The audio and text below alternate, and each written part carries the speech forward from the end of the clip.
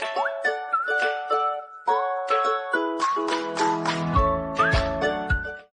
Morning students. तो कल हम लोगों ने जिस पार्ट का रिवीजन किया था उसका नाम क्या था? यूयम और वयम, और उस पार्ट का आपने अर्थ भी देखा। आज हम लोग जिस पार्ट का रिवीजन करने जा रहे हैं, पार्ट 8, जिसका टाइटल क्या दे रखा है? कहा, क और के। तो आज इस पार्ट में भी हम लोग क्या पहले शब्दों के अर्थ को जानेंगे, उसके बाद पार्ट के अर्थ को जानेंगे। यानी एक बार फिर से इसको हम लोग देखेंगे, है ना। इससे पहले तो आपने पढ़ा ही है, लेकिन एग्ज़ाम से पहले एक बार फिर इसको देखेंगे ताकि आपका रिवीजन हो जाए। तो चलिए स्टार्ट करते हैं पार्ट 8, कहा, क और के। तो चलिए शुरू करते हैं। यहाँ दे रखा है कहा। कहा का अर्थ है कौन, लेकिन इसका प्रयोग कहाँ किसके लिए करेंगे? पुल्लिंग के लिए। अभी मैंने जब बोर्ड पर आपको बताया तब आपको यही बताया था ना कि कहा, क और के, इनका प्रयोग पुल्लिंग के लिए करते हैं, और का, के, कहा, इनका प्रयोग स्त्रीलिंग के लिए करते हैं। ठीक, इस चीज़ को आप ध्यान रखिएगा ताकि कंफ्यूजन ना हो, क्योंकि इनके अर्थ तो सेम है, लेकिन कौन सा पुल्लिंग के लिए प्रयोग किया जाएगा और कौन सा स्त्रीलिंग के लिए, ये आपको ध्यान रखना होगा, वरना जब आप संस्कृत में अनुवाद बनाएंगे तो ये गलत हो जाएगा। फिर आगे देखते हैं क। क का अर्थ होता है कौन दो, और इनका प्रयोग भी करते हैं पुल्लिंग के लिए। देखिए बुक में ना ये मैंने मार्कर लगाया है, वो क होना चाहिए, इन्होंने कौन लिख दिया है। ठीक, तो आप भी अपनी बुक में सही कर लीजिएगा। फिर उसके बाद है के। के का अर्थ है कौन सब, और कौन सब का भी प्रयोग करते हैं किसके लिए?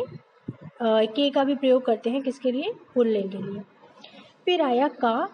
का अर्थ भी होता है कौन, जैसे कहा का अर्थ कौन था, लेकिन कहा का प्रयोग करते हैं पुल्लिंग के लिए और का प्रयोग करते हैं स्त्रीलिंग के लिए। ठीक है।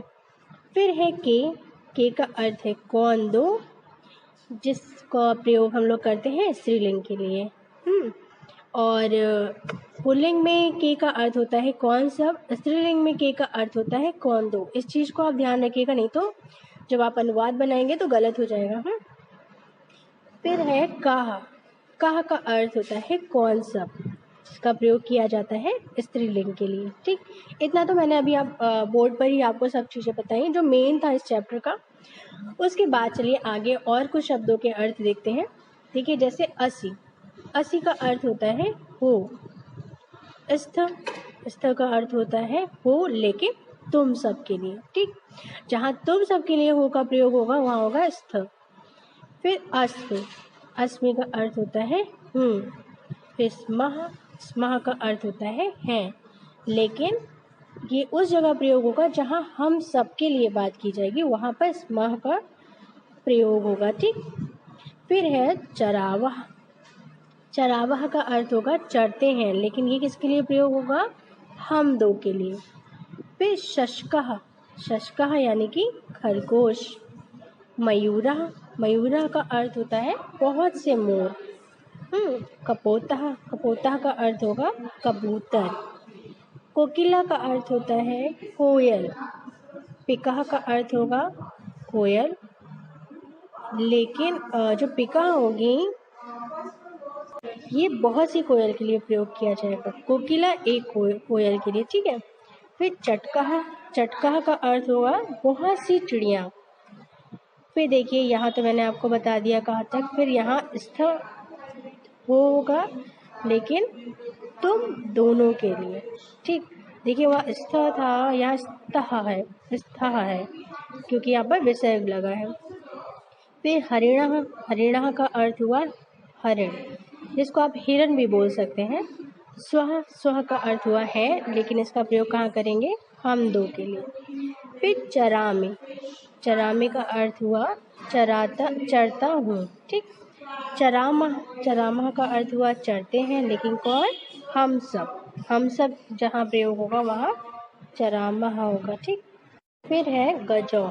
गजौ का अर्थ है दो हाथी, यानी जहाँ दो हाथी होंगे वहाँ गजौ का प्रयोग किया जाएगा। नृत्यामः का अर्थ है नाचते हैं। शुको यानी दो तोते। अश्व यानी दो घोड़े। कूजंती यानी कूदती हैं। तो ये सब तो थे शब्दों के अर्थ और किसको कहाँ कैसे प्रयोग करना है, ये मैंने आपको बता ही दिया। और जिसमें थोड़े थोड़े से अंतर हैं, लगभग एक जैसे लग रहे हैं, उन पर आपको अच्छे से ध्यान देना है। अब देखिए, यहाँ लिखा है एषा कहा लिखती। लिखती, एषा का अर्थ होता है यह है। कहा मैंने आपको बताया ही, कौन, अभी बताया ना पाठ को शुरू करने से पहले, इसीलिए बता दिया ताकि पता नहीं कल आप भूल ना गए हों कल जो आपने पढ़ा। तो आज मैंने फिर से उसको रिवाइज किया और बताया। और लिखती का अर्थ हुआ लिखता है। तो इस पूरी लाइन का अर्थ हो जाएगा यह कौन लिखता है। फिर लिखा एषा छात्रा लिखती। एषा यानी कि यह, छात्रा का अर्थ हुआ छात्र, और लिखती का अर्थ हुआ लिखता है। यह छात्र लिखता है। सह लिखती, सह का अर्थ होता है वह, और ये मैंने आपको बताया था कि ये वाला सह पुल्लिंग के लिए प्रयोग किया जाता है। तो इसका अर्थ हो जाएगा वह लिखता है। तो इस पूरे का क्या अर्थ हुआ? यह कौन लिखता है? यह छात्र लिखता है। वह छात्र लिखता है। ठीक है, देखिए कितना आसान था, केवल शब्द के अर्थ आपको पता हो, उसके बाद आप उसका अर्थ आराम से निकाल सकते हैं ना। और पुल्लिंग स्त्रीलिंग का पता होना बहुत ज़रूरी है, ये मैंने आपको शुरू में ही बताया। और पहले जो पार्ट पढ़ाते हैं उसमें भी मैंने आपको जो स्त्रीलिंग और पुल्लिंग के शब्द थे जिनका अर्थ एक था लेकिन वो अलग अलग थे शब्द, वो मैंने आपको बताते हुए चलती हूँ। चलिए आगे देख। अब देखिए, तुम कहा असी। तुम का अर्थ क्या होता है? तुम। कहा का अर्थ मैंने बताया कौन, असी का मतलब हो। तो देखिए, इसमें कुछ शब्द ऐसे हैं जिनको हम पहले के चैप्टर्स में पढ़ चुके हैं। जब आप पढ़ रहे होंगे तो आपको ये चीज़ ध्यान आ रही होगी ना कि इसमें कुछ चीज़ें बीच बीच में ऐसी आ रही हैं जिनको हम पहले ही पढ़ चुके हैं। यानी पाठ 8 के पहले जो चैप्टर हम लोगों ने पढ़े हैं उनमें ये सारी चीज़ें आई थी, जैसे तुम, अहम, ये सारी चीज़ें आई थी। मैंने बताया था किसमें क्या प्रत्यय लगेगा, किसका क्या अर्थ होगा। तो इस चैप्टर में सब चीज़ें मिक्स होकर आई हैं। तो अगर आपने पहले वाले चैप्टर्स को अच्छे से पढ़ा होगा तो ये और अच्छे से समझ में आएगा, है ना। तो इसीलिए कहते हैं कि जब मैं पढ़ाती जाऊँ तो आप उनको साथ साथ रिवाइज भी करते जाया करिए, एक बार घर पे भी खुद से पढ़ा करिए। ठीक है, खैर चलिए इसके अर्थ को देखते हैं। तुम कहा असी, तुम कौन हो। ठीक, अहम, अहम हरिणा अस्मि। अहम का अर्थ हुआ मैं, हरिणा यानी कि हिरण, अस्मि का अर्थ होता है हूँ। तो इस लाइन का अर्थ हो जाएगा मैं हिरण हूँ। अहम चरामि। अहम का अर्थ होता है मैं, चरामि का अर्थ हुआ चरता हूँ। तो इस लाइन का अर्थ हो जाएगा मैं चरता हूँ। तुम कहा असी, तुम कौन हो? अहम हरिणः अस्मि, मैं हिरण हूँ। अहम चरामि, मैं चरता हूँ। देखिए कितना आसान था ना। तो देखिए ये तुम अहम हम लोगों ने पहले ही वाले चैप्टर में पढ़ रखा है, याद आया आपको? ये वहीं से आया है। तो देखिए कितना आसान था। तुम का अर्थ पता हो आपको, अहम हरिणा अस्मि, सब अर्थ बस पता हो, आप पूरी लाइन का अर्थ निकाल सकते हैं। चलिए आगे देखते हैं। युवाम को स्था। युवाम मैंने बताया था तुम दो, को का प्रयोग किया जाएगा। क का भी अर्थ होगा कौन, लेकिन जहाँ दो होंगे वहाँ क का प्रयोग किया जाएगा। मैंने बताया था ना आपको। और हिरण क्या है? पुल्लिंग है, इसलिए क का ही प्रयोग किया गया है। और स्था का अर्थ हुआ हो, लेकिन देखिए यहाँ पर युवा क स्था, जो युवाम शब्द है, जो क शब्द है, जो स्था शब्द है, ये दो के लिए प्रयोग किए जाते हैं। जबकि इनका फिर ये दो के लिए प्रयोग किए जाते हैं जब मैंने आपको कुछ चीज़ें पहले के चैप्टर में पढ़ाई हैं जो हम लोग पहले ही पढ़ चुके हैं, कुछ आज ही बताया है। जैसे कि क का अर्थ होता है कौन, लेकिन ये किसके लिए प्रयोग किया जाता है? दो के लिए।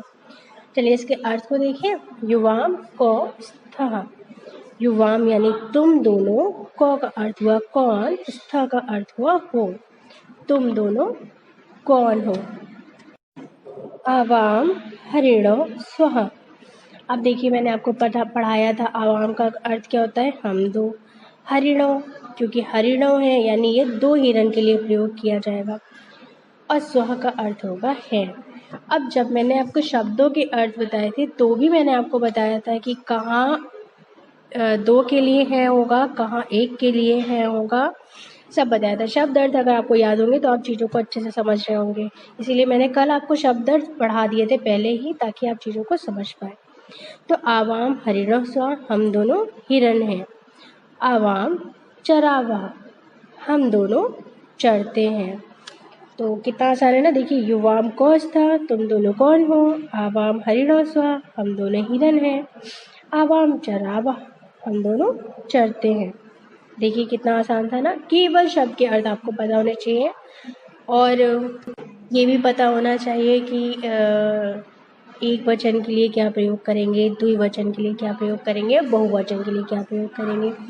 इसलिए जब भी मैं आपको पाठ पढ़ाती हूँ तो ये चीज़ साथ में बताती जाती हूँ और बार बार बताती हूँ कि कहीं आप एक वचन को बहुवचन में ना मिला दें, बहुवचन को द्विवचन में ना मिला दें, या ऐसा कोई भी कंफ्यूजन ना हो। इसलिए ये सारी चीज़ें मैं साथ साथ बताते चलती हूँ, और आशा करती हूँ कि आपको समझ में भी आता होगा, है ना, समझ में आ रहा होगा। फिर चलिए अब इसको देख लेते हैं। यूयम के स्थ। अब यूयम का अर्थ होता है तुम सब। के का अर्थ भी होता है कौन, लेकिन कब प्रयोग करते हैं, जब दो से अधिक होते हैं ना। सब, कौन, सब के लिए मैंने बताया था आपको। और स्थ का भी अर्थ, स्थ का अर्थ होता है हो, लेकिन इनका प्रयोग बहुवचन के लिए करते हैं। तो इसका हो जाएगा अर्थ तुम सब कौन हो। वयम हरिणः स्म, हम सब हिरन हैं। वयम यानी हम सब, हरिणा यानी बहुत सारे हिरन के लिए प्रयोग किया जाएगा। स्मः का अर्थ वह है, तो इसका अर्थ हो जाएगा हम सब हिरन हैं। वयम चरामः, वयम का अर्थ होता है हम सब, चरामः का अर्थ हुआ चरते हैं। तो इसका अर्थ क्या है, यूयम के स्था, तुम सब कौन हो। वयम हरिणा स्मः, हम सब हिरन हैं। वयम चरामः, हम सब चरते हैं। बस आपको जब मैंने बताया था तो ये बता दिया था ना, एक वचन द्विवचन के लिए क्या प्रयोग करते हैं, वो आपको याद रहेगा तो आप गलत नहीं करेंगे। जैसे कि मैंने आपको बताया था, स्वह का अर्थ होता है, लेकिन वो प्रयोग किया जाता है हम दो के लिए। स्मः का अर्थ होता है, लेकिन वो प्रयोग किया जाता है हम सब के लिए। तो ये चीज़ आपको याद रखनी होगी, तभी आप अच्छे से अर्थ को समझ पाएंगे। ठीक है। फिर एषा का अस्ति। अब देखिए, इससे पहले हम लोगों ने पढ़ा था एषा, है ना। अब हम लोग पढ़ रहे हैं एषा, और वहाँ हमने पढ़ा था का, अब पढ़ रहे हैं का। तो एषा का प्रयोग करते हैं पुल्लिंग के लिए, एषा का प्रयोग करते हैं स्त्रीलिंग के लिए। कहा का प्रयोग करते हैं पुल्लिंग के लिए, और का प्रयोग करते हैं स्त्रीलिंग के लिए। ये चीज़ें तो मैं आपको बता ही चुकी हूँ। तो अब देखिए इसका अर्थ क्या होगा। यह कौन है। एषा का अस्ति, यह कौन है। एषा कोकिला अस्ति, एषा का अर्थ हुआ यह है। कोकिला का अर्थ होता है कोयल, अस्ति का अर्थ होता है, यह कोयल है। सा कूजती, सा का अर्थ होता है वह, कूजती का अर्थ होता है कूकती है। यानी एषा का अस्ति, एषा कोकिला अस्ति, सा कूजती। यह कौन है, यह कोयल है, वह कूकती है। बस एषा का प्रयोग करते हैं पुल्लिंग, एषा का प्रयोग करते हैं स्त्रीलिंग के लिए। कहा का प्रयोग करते हैं पुल्लिंग के लिए, का प्रयोग करते हैं स्त्रीलिंग के लिए। इन सब चीज़ों को आपको ध्यान रखना होगा। और सहा, जिसमें विसर्ग लगता है, वो पुल्लिंग के लिए, और सा इसका प्रयोग करते हैं स्त्रीलिंग के लिए। ठीक। अब एते के स्तः, एते यानी ये दो, के का अर्थ हुआ कौन, लेकिन दो के लिए प्रयोग करते हैं, याद आया। कौन, स्तः यानी है, ये दोनों कौन है।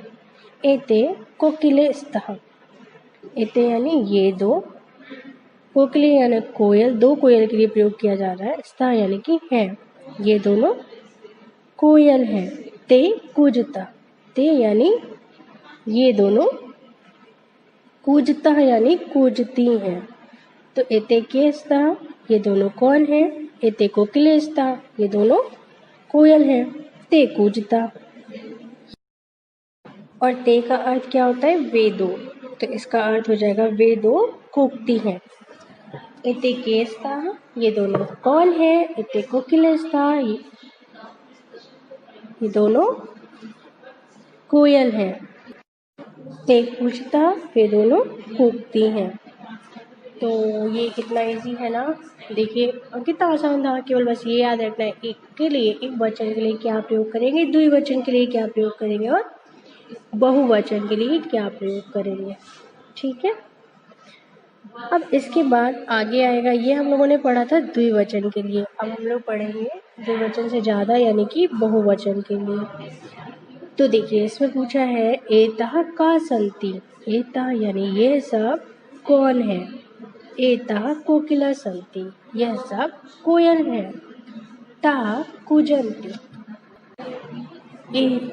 तो ये देखिए इसका अर्थ हो गया एतः का संति, ये सब कौन है? एतः कोकिला संति, ये सब कोयल है। ता कूजन्ति। तो देखिए वही अर्थ है, कितना आसान है। बस एक को अगर आप निकाल लेंगे तो बाकी सब निकाल लेंगे, अर्थ आपको आ ही जाएगा। उसके अलावा अगर आप चित्र को भी देखते हैं तो समझ में आएगा कि ये पहले प्रयोग किया गया एक वचन के लिए, फिर प्रयोग किया गया द्विवचन के लिए, उसके बाद प्रयोग किया गया बहुवचन के लिए, है। तो इसी प्रकार आप सारे अर्थ को बहुत आसानी से निकाल सकते हैं, लेकिन उसके लिए आपको बस ये पता होना ज़रूरी है कि शब्दों के अर्थ क्या हैं और कौन से शब्दों के अर्थ को एक वचन के लिए प्रयोग करते हैं, कौन से शब्द के अर्थ को द्विवचन के लिए प्रयोग करते हैं और कौन से शब्द के अर्थ को बहुवचन के लिए प्रयोग करते हैं। बाकी ये सब बहुत आसान है, बहुत ईजी है। किसी भी पार्ट के अर्थ को आप बहुत आसानी से बता सकते हैं। क्या है? तुम, कहा, असी। अब तक तो आपको पता चल गया होगा कि कहा का अर्थ कौन होता है, कौ का अर्थ कौन दो के लिए प्रयोग होता है, के का अर्थ कौन सब के लिए लेकिन पुल्लिंग के लिए, और ऐसे ही मैंने स्त्रीलिंग बताया था के, का और कहा। तो अब तक तो समझ में आ ही गया होगा, लेकिन फिर से चलिए बता देती हूँ। तुम का अर्थ होता है तुम, का अर्थ हुआ कौन, असी का हो। तो तुम कौन हो? अहम शशकः अस्मि। अहम का अर्थ होता है मैं, शशकः का अर्थ होता है खरगोश, अस्मि का अर्थ होता है हूँ। तो इस लाइन का अर्थ हो जाएगा मैं खरगोश हूँ। अहम धावामि। अहम का अर्थ होता है मैं, धावामि का अर्थ होता है दौड़ता हूँ। तो इस लाइन का अर्थ हो जाएगा मैं दौड़ता हूँ। देखिए जब मैंने आपको अहम और त्वम वाला चैप्टर पढ़ाया था तो उसमें बताया था कि अहम में, जिस वाक्य में अहम होगा उसमें जो क्रिया होगी उसके साथ कौन सा प्रत्यय लगेगा? आमि। तो इसमें देखिए धावामि में कौन सा प्रत्यय लगा है? आमि, है ना। ऐसे ही त्वम जिसमें होगा उसमें सी प्रत्यय लगेगा। ये मैंने जब चैप्टर आपको पढ़ाए थे तो बताए थे और बार बार रिपीट करती भी रहती हूँ, है ना। तो चलिए आगे देखते हैं। युवाओं को स्था। देखिए ये सब वैसे ही है जैसे हम लोगों ने लास्ट वीडियो में पढ़े थे, देखिए उसी तरह है ना। तो अब तो बहुत इजी हो गया होगा, कई लोग को इसका अर्थ खुद से भी आ रहा होगा, लेकिन फिर भी मैं बता देती हूँ क्योंकि चैप्टर तो कंप्लीट करना ही है। युवाम को स्था, तुम दोनों कौन हो। युवाम का अर्थ होता है तुम दोनों, कौ का अर्थ होगा कौन, लेकिन ये दो के लिए प्रयोग किया जाता है और पुल्लिंग के लिए। तो तुम दोनों कौन हो? आवाम गजो स्वाहा, हम दोनों हाथी हैं। आवाम चलावह, हम दोनों चलते हैं। चलावह का अर्थ होता है चलते हैं। आवाम का अर्थ होता है हम दोनों। तो क्या हो जाएगा इसका अर्थ? हम दोनों चलते हैं।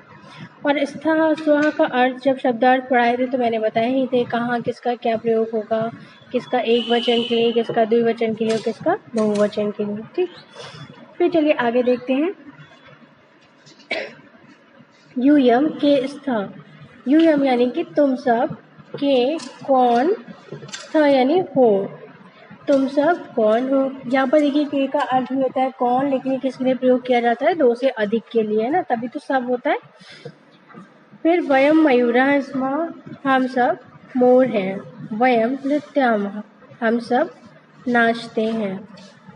तो यूयम का अर्थ तुम सब होता है और स्था का अर्थ होता है तुम हो, लेकिन तुम सब के लिए प्रयोग किया जाता है। देखिए मैंने बताया ना आपको। और वयम का अर्थ होता है हम सब। मयूरा आप जानते ही हैं क्या होता है? मयूर। स्मा का अर्थ होता है, लेकिन ये भी प्रयोग किया जाता है हम सब के लिए। फिर वयम मैंने बताया ही, हम सब नृत्यामः यानी कि नाचते हैं। तो इसका अर्थ हो जाएगा तुम सब कौन हो, हम सब मोर हैं और हम सब नाचते हैं। फिर चलिए आगे देखते हैं। अब त्वम कहा असि।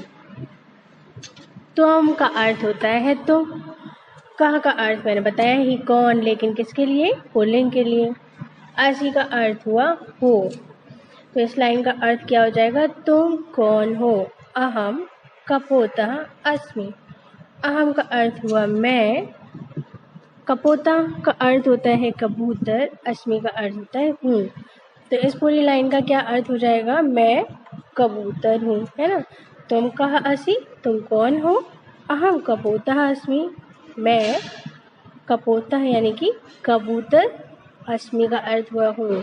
तो क्या हो जाएगा, मैं कबूतर हूँ। देखिए कितना आसान था ना। बस आपको शब्दों के अर्थ पता होने चाहिए। और लास्ट हम लोगों ने जो पढ़ा था उसमें भी देखिए यही सब आए थे। तो इसके बाद चलिए आगे देखते हैं। फिर क्या है, तो को स्था। तो का अर्थ होता है वे दो, और इनका प्रयोग किया जाता है पुल्लिंग के लिए। तो इसका अर्थ क्या हो जाएगा, वे दो कौन है। आवाम सुको स्वह, हम दोनों, सुको यानी कि तोता, तोते को बोलते हैं ना, हम दोनों तोता है।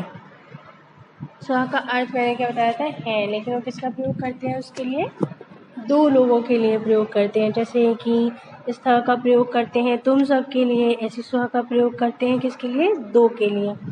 तो को स्था, वे दोनों कौन है। आवाम, हम दोनों सुको हैं, या हम दोनों तोता हैं। फिर इसके बाद देखिए आगे है, जो इसके बाद है उसको चलिए देखते हैं। यूयम के स्थ, तुम सब कौन हो। वयम चटका स्म, हम सब, चटका यानी कि चिड़िया। स्म का अर्थ हुआ है, तो हम सब चिड़िया हैं। यूयम का अर्थ होता है तुम सब, के का अर्थ हुआ कौन, लेकिन कौन क्या, सब, मतलब ज़्यादा के लिए प्रयोग किया जाता है के का। वरना कौन तो का भी अर्थ होता है, कौ का भी, के का भी, है ना। लेकिन यहाँ पर के का प्रयोग किया गया है। और मैंने आपको क्या बताया था, के का अर्थ प्रयोग होता है सब के लिए, क्योंकि यहाँ पर दो से ज़्यादा है। तो क्या हो जाएगा, यूयम केस था, तुम सब कौन हो। वयम चटका स्म, हम सब चिड़िया है। तो इसमें भी देखिए किसी भी शब्द का अर्थ इतना कठिन नहीं है जो आपको ना पता हो। सारे ही शब्द के अर्थ मैं आपको पहले बता चुकी हूँ, और हर लाइन के साथ साथ फिर से बताती चल रही हूँ, है ना। चलिए इसके बाद देखते हैं। एषा कहा अस्ति। एषा यानी कि यह, कहा का अर्थ होता है कौन, अस्ति का अर्थ होता है यह कौन है। एषा सिंहा अस्ति। एषा यानी कि यह, सिंहा तो आप सब जानते होंगे क्या होता है, शेर। अस्ति का अर्थ हुआ है, यह शेर है। एषा गर्जति, यह क्या करता है, गरजता है। आप सब जानते हैं ना शेर क्या करता है, गरजता है। अभी कुछ बोलेंगे दहाड़ता है, हाँ दहाड़ता भी है, लेकिन यहाँ पर लिखा है गर्जति, तो इसका अर्थ होगा गरजता है। एषा कहा अस्ति, यह कौन है। एषा सिंहा अस्ति, यह शेर है। एषा गर्जति, यह है क्या करता है, गरजता है। तो देखिए एषा वाला चैप्टर तो आपने शुरू में ही पढ़ा होगा कि एषा का क्या अर्थ होता है ना। तो इसमें सब चीज़ मिक्स करके दे रखी है जो हम लोग अब तक पढ़ चुके हैं। अब एतो को स्था, ये दोनों कौन है। एतो अश्वो स्था, ये दोनों कौन है, शेर है। अश्वो यानी कि दो शेर, अश्वः यानी कि अश्व यानी कि दो घोड़े हैं, इसलिए अश्वो बोला गया है। अश्वः होता तो कितना होता, एक घोड़ा होता। तो एतो अश्व स्था, ये दोनों घोड़े हैं। एतो धावता, ये दोनों क्या करते हैं, दोनों दौड़ते हैं। देखिए दौड़ते हुए दिखाई दे रहे हैं ना। अब देखिए इसमें एतो आ गया, उसमें एषा आ गया, उससे पहले हम लोगों ने पढ़ा युवाम, आवाम, अहम, त्वम, यूयम, वयम। तो ये सारे चैप्टर हम लोग पहले ही पढ़ चुके हैं ना, और इस चैप्टर में क्या हो रहा है, उन सब चीज़ों का मिक्स करके दे रखा है। यानी अगर आपने पहले के चैप्टर अच्छे से पढ़े हैं तभी आपको याद रहेगा कि किसका क्या अर्थ होता है। फिर इसके बाद देखिए, एते के संति, ये सब कौन है? एते पिका संति, ये सब कोयल है। पिका का अर्थ होता है कोयल। एते कूजंती, ये सब क्या करती हैं? कूजती हैं या कूकती हैं। ठीक है। अब आप सोच रहे होंगे इससे पहले मैम ने बताया कोकिला का अर्थ भी कोयल होता है, अब मैम बता रही हैं कि पिका का अर्थ भी कोयल होता है, तो सही वाला क्या होगा? तो देखिए, कोकिला का अर्थ भी कोयल होता है, पिका का अर्थ भी कोयल होता है, लेकिन कोकिला जो है वो कोयल को बोलते हैं, जो पिका है ये बहुत सारी कोयलों के लिए प्रयोग किया जाता है। ठीक है, जहाँ ज़्यादा कोयल हो, मतलब 2 से अधिक अगर कोयल हैं कहीं तो वहाँ पर इनको हम बोलेंगे पिका, और बाकी अगर केवल कोयल के लिए प्रयोग करना हो तो उसको बोलेंगे कोकिला। ठीक है, तो इसके साथ ही हमारा ये वाला चैप्टर आज खत्म होता है, यानी समाप्त होता है।